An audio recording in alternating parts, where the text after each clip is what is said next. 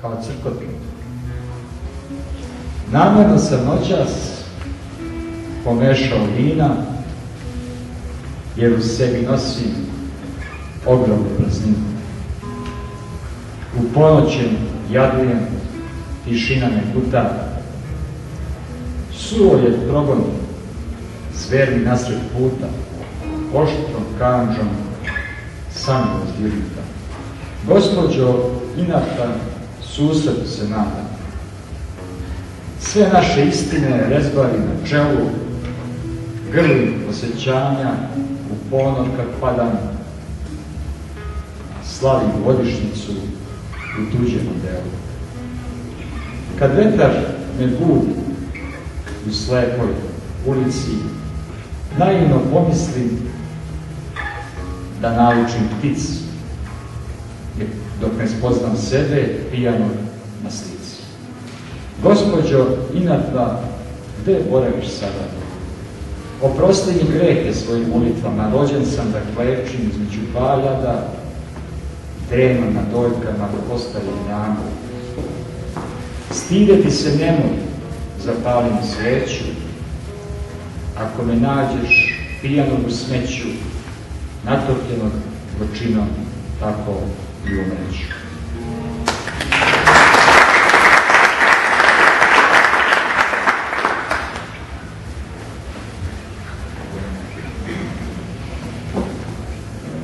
Spaljujem Ginsberga u tvojim nevinim prostorima poezije.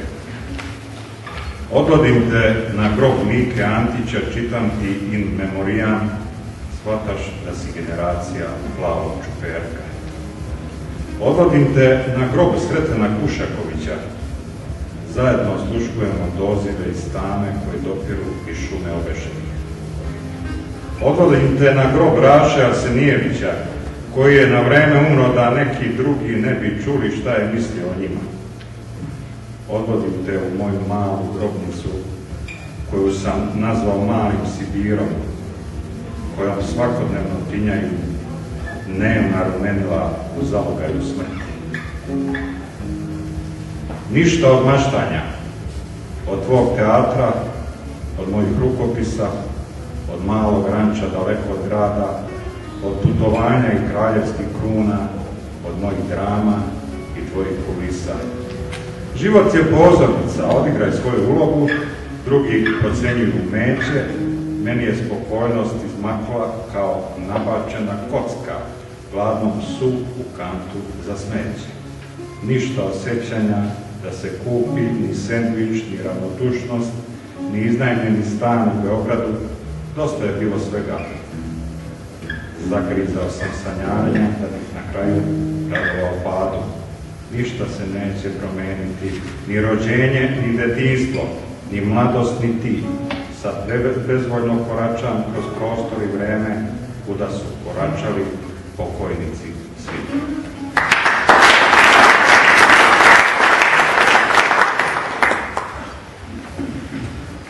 Čas sedim, čas ostavim. Kako god. Najbolje. 90-ih nisu bili mobilni telefoni. I ja sam negde lutao po gradu, vraćam se prema firmi, Branko me čeka pred firmom. Gde si ti? Ali tražio sam te, zvao sam te na telefon, fiksno. Nisi uopšte uspio da te nabijem, bila neka subota. Si rekao, malo, treba nešto da mi oštampaš na štampaču, ali molim te što to pre, mi treba i više primjera. Uđemo mi unutra, kafu kuvamo, pričamo, on je meni uvijek bio radio, tako sam volao kad se pojavi, nikad mi nije smetao. Začetu takav kakav jeste, pored njega možeš da radiš šta god ti je na poslu i da uopšte ti ne smeta i da pričaš sa njim. Umeo da te rastereti prosto. Ja kažem, daj da ti nešto oštampa, on je već zaboravio. Mi smo se zapričali, već zaboravio. On vadi jednu cedulju parče papira, to je širine kaiša. Nešto izgužvano iz džepa. I kaže, to mi ukucaj kompjuter i oštampa. I ja pogledam ovako, a on podigne ovako, kaže, mir stoko, ovde se razmišlja duboko. Kažem, šta ćeš sa ovim? Kaže, dolaze kod mene na razni tipa i onda nam nabraja. Ne mogu više, utopiše mi glavu, ono ću da zalepim na vrata moje sobe, da kad ulaze da znaju da ćute. To je...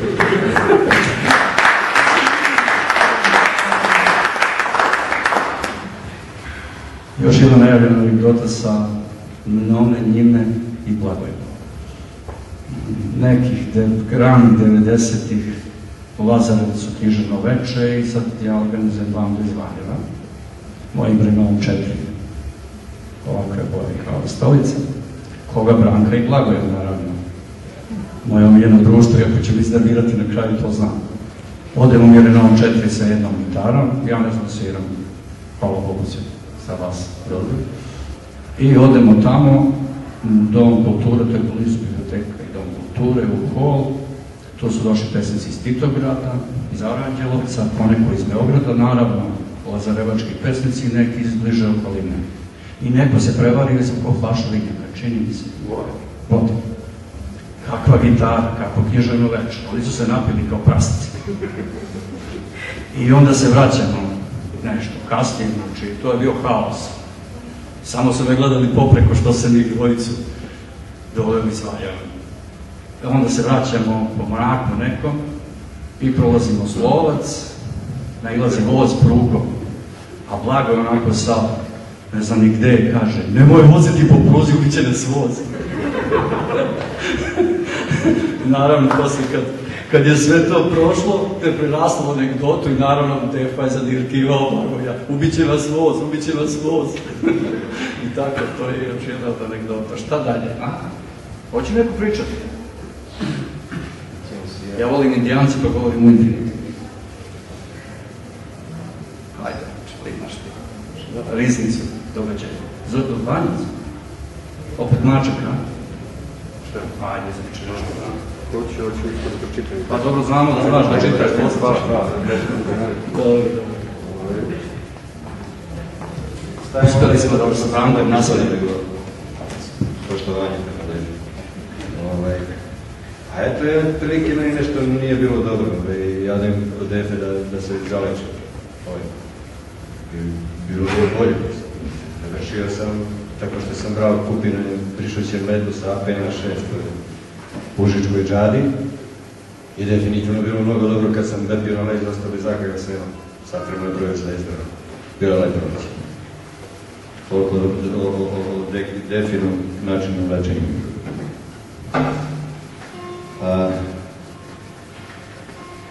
To je nekako bilo pred početak onih nesrećnih ratova 1991. Poslije sam, tako se realno vreme čitajući Definu poeziju, zaključio zapravo da u njegovoj poeziji iz 80. godina ima dosta motiva rata. Ne znam zašto ga je to nikad s njim nisam pričao na tu temu, ako kao da je slutio nešto. Pa evo jedno tako. Nasred njive u brazdama rasteruje jatov rana, žiškom lovu raspaljuje gulje girmo u nedogled. Veli sebi, tamo dalje ničeg nema, sve je pusto, ognjevideg. Nije dobro ni ovako u brdima zaboravljen ničiji biti. Ko zna šta to sutra krije, ne znam reći dok ne svane. Možda nešto bezvrednije, ko bi znao, rata dugo bilo nije.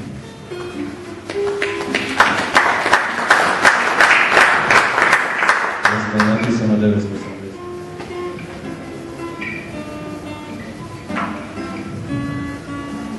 Pao je Berlin, pala je Troja i ti ćeš uskoro, sinčino moja. Korak dalje, nema ti šije, predaj se sine, položi oružje. Ne spominji mater kada te probude, pokaži im svoje zbijene zube. Svaki ideal treba da odleži, da mu u bubregu odstoje podeži.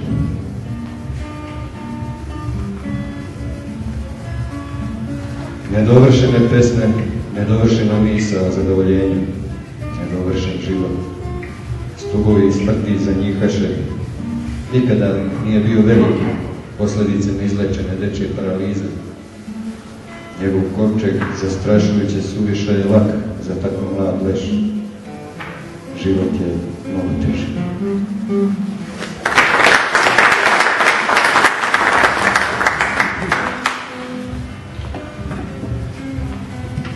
A sad jedan ili dve muzičke numere, Blagoje i Momčar.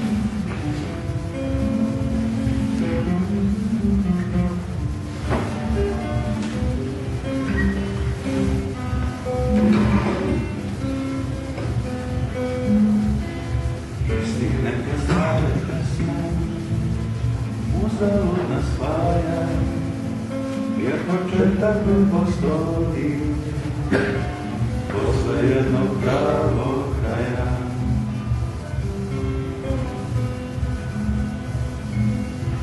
Hladna soba i tišina, i tako teška voz, mnogo takvih stvari, čine sada život moj. Čine sada život moj. O tako teška bol i noći što skoro prolaze, kažu mi da sve je kraj. Miris trava i tišinu na rastanku i daj.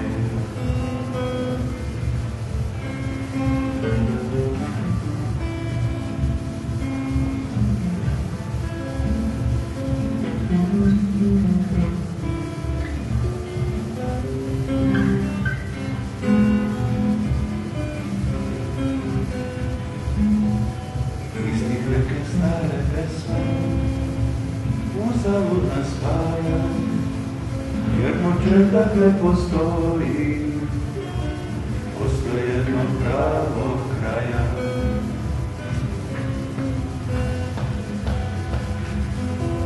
Hladna soba i tišina, i tako teška bol, mnogo takvih stvari, čine sada život moj. Čine sada život moj. O tako teška bol i noći što skoro prolaze, kažu mi da sve je kraj. Miris trava i tišinu na rastanku i daj.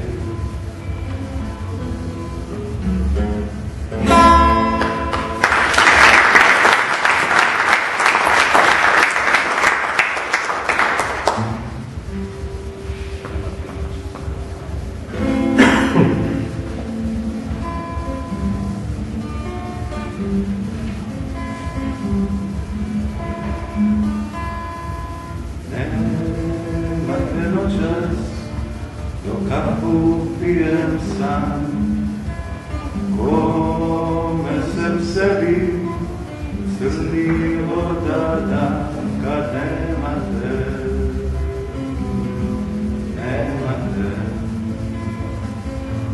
kad nemate.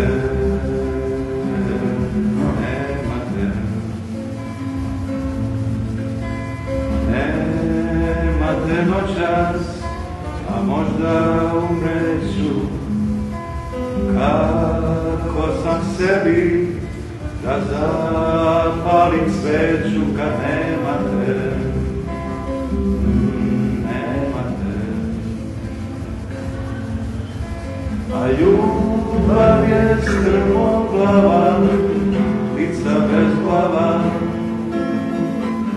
jelen bez rogova, nebo bez bogova, mater što te su razdvaja. A ljubav je strmoglava, lica bezglava, jelen bez rogova, nebo bez bogova, mater što te su razdvaja. A nemate noćas, dok misli kidaju, susta nam priče, po sobi lutaju kad nemate, nemate, kad nemate.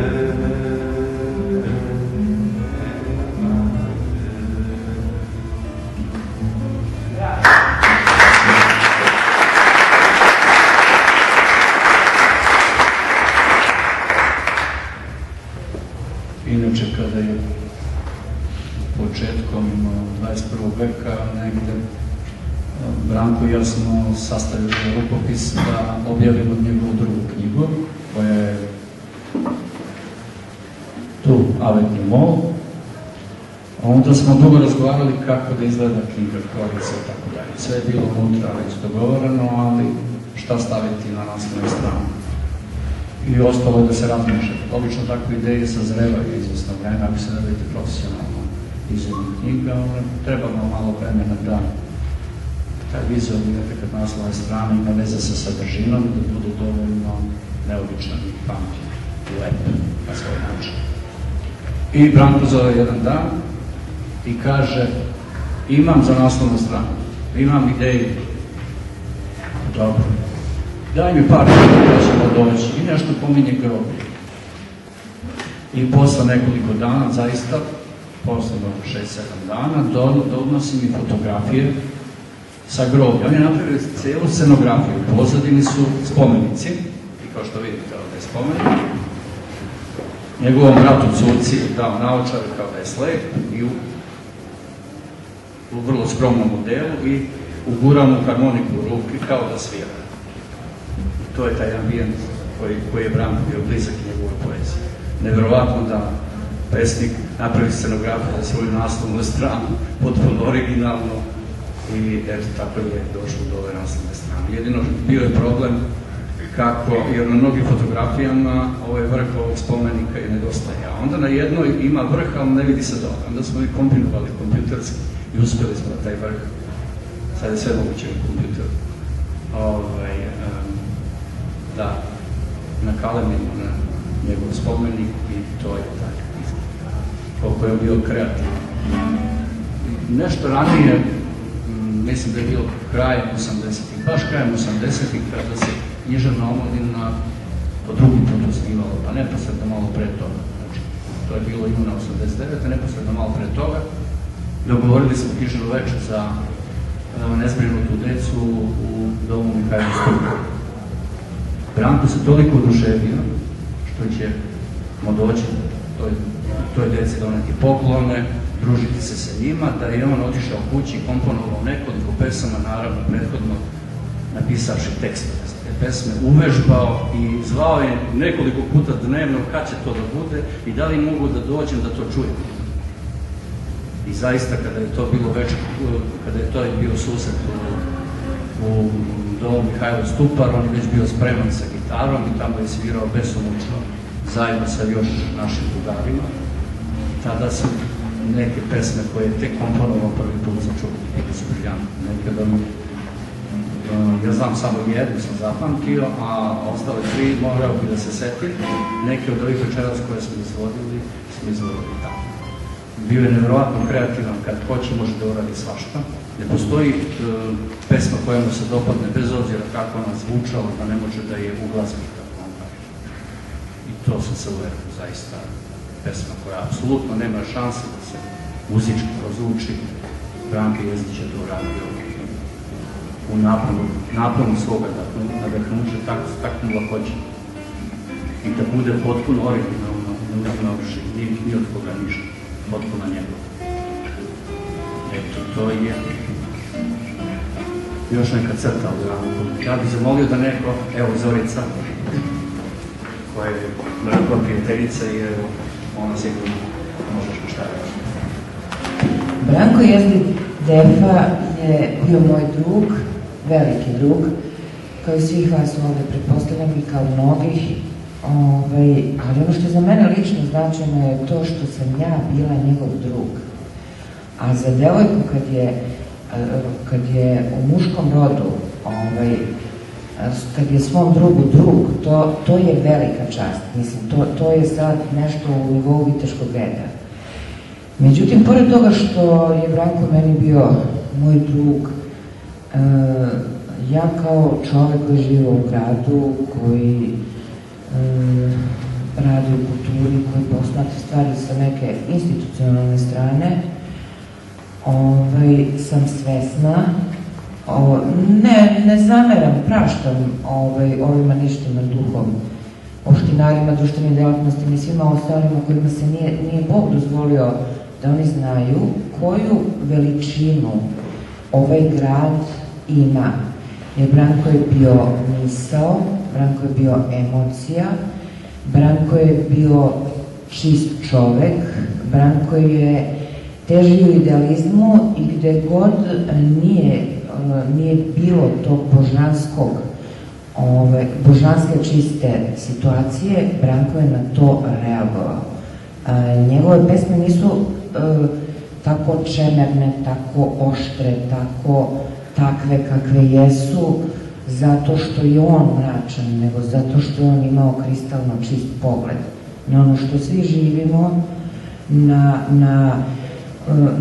na ono što svi i mnogi ćute ili trpe ropski, onako nekako, ali zato je iza Branka ostala ta pisana reč, ostala upamćena reč, ostalo nešto što kada bi se prevelo i u ovom vremenu i kada se prevede i recimo za nekoliko vekova ili da je bilo unazad nekoliko vekova, oni pravi ljudi, oni pravi visoki duhom bi to razumeli. Mi smo imali čast, privilegiju, priliku da živimo, da budemo savremenici. On je naš Jesenjin, on je naš Lorka, on je naš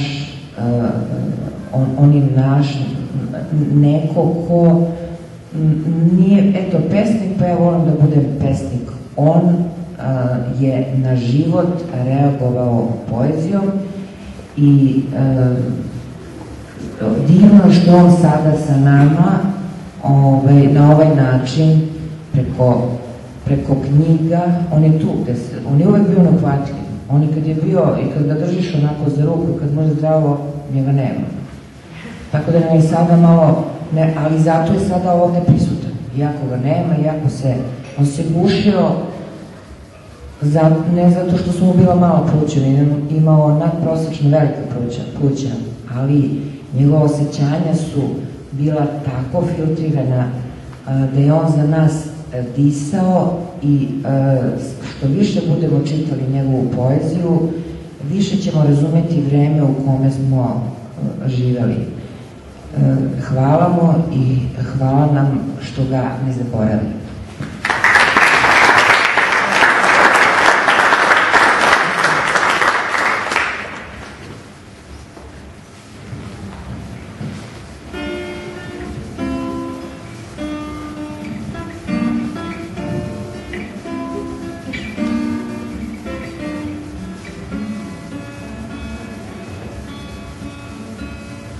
Trudnice su spavile strast, pijani su odneli san. Noć je kiše tako puna, ulicama jesen slini, a ptica se uvukla u gnezdo, da ugine s mirom u tišini. A ptica se uvukla u gnezdo, da ugine s mirom u tišini. Posekli su stari hrast, sve ravno kao dlan. Kasni pismo iz Zemuna, a ja ne znam šta da činim. I ptica se uvukla u gnezdo, da ugine s mirom u tišini. I ptica se uvukla u gnezdo, da ugine s mirom u tišini.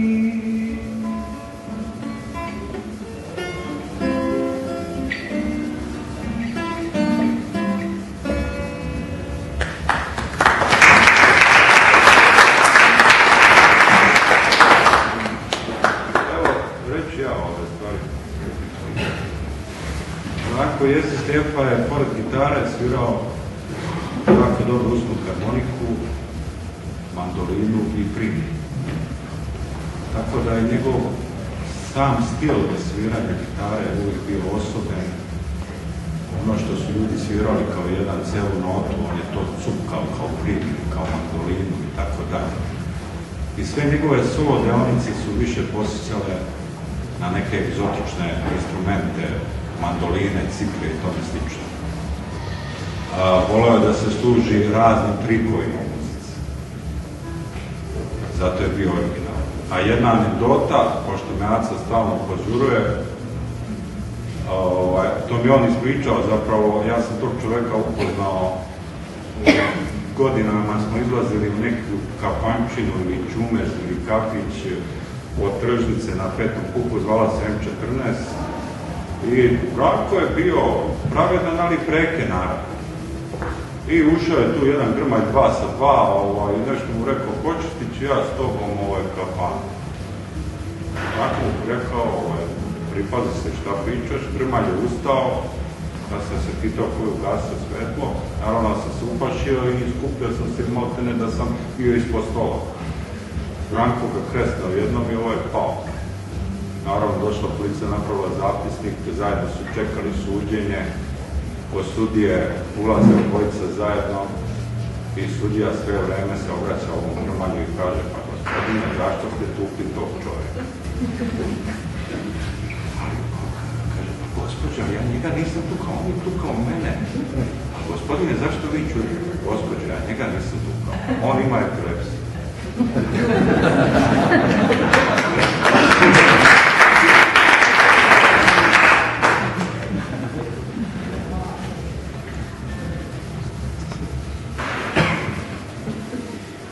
Evo još jedna anegdota dok oni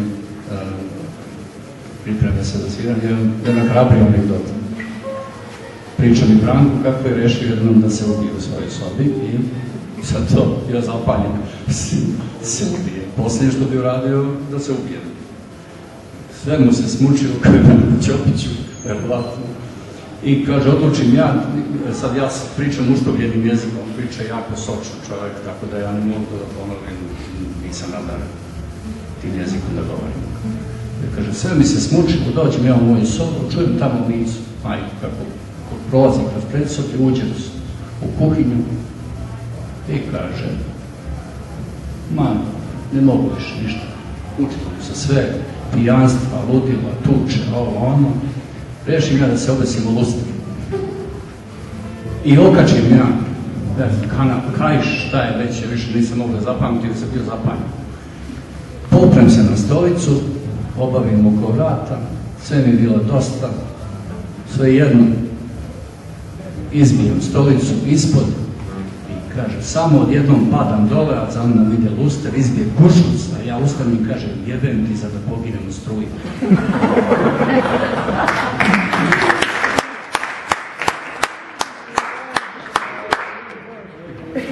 A sada jedan klip snimljen mobilnim telefonom. Za taj klip ja jedini ovdje preuzimam odgovornost kao organizator i klip se tiče samo humora, nikakve ideologije, niti ičeg i vjerujem da ćete se jako smeti.